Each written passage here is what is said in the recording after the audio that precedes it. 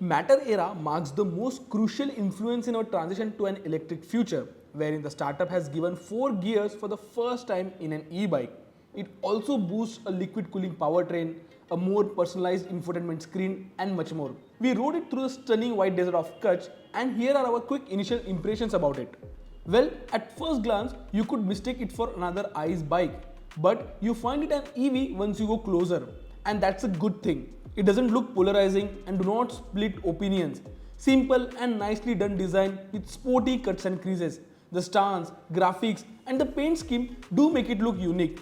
However, since it was a pre-production version, the charging socket and panels lacked fit and finish.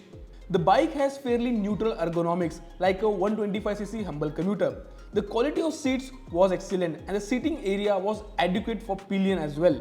The foam density is adequate and had no sitting discomfort whatsoever. Matter Aera gets a 5 kWh IP67 rated liquid cooled battery unit with a claim range of 125 km in eco mode. I have ridden it for a very short period of time, so I will reserve my judgment on range accuracy. The bike gets a liquid cooled radial flux motor with a rated claim power output of 10.5 kW.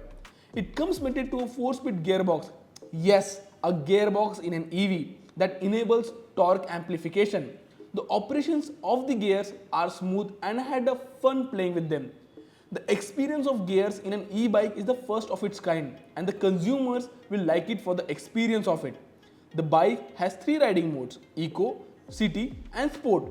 As the name suggests, Eco emphasizes efficiency over performance. Sport mode is a fun mode with quick acceleration and top speed of 100 km per hour. Meanwhile, the City mode finds a perfect balance that could be feasible for maximum number of consumers. Throttle calibration is also well judged. The bike automatically goes into eco mode as the state of charge goes to 20%. However, during my test, the bike went into fault mode despite being the state of charge at 15%. Matter Aera gets a telescopic fork at the front and a dual shock with 5-level adjustability at the rear. The ride quality is, however, a bit on a stiffer side. In terms of handling, it is pretty neutral and predictable. The braking hardware gets a 270mm pedal disc at the front and a 220mm disc at the rear. It gets a single channel ABS. In hard braking though, the bike maintained composure quite well. The feel and feedback from the regenerative braking, however, could be improved. Well, apart from 4-speed gearbox, I like the 7-inch LCD with a captive touch sensitivity. The operations are so smooth, the fonts are adequately visible and the overall layout is quite easy to use and understand. It provides more than basic information and the personalized touch it gives to a rider is of a considerable value.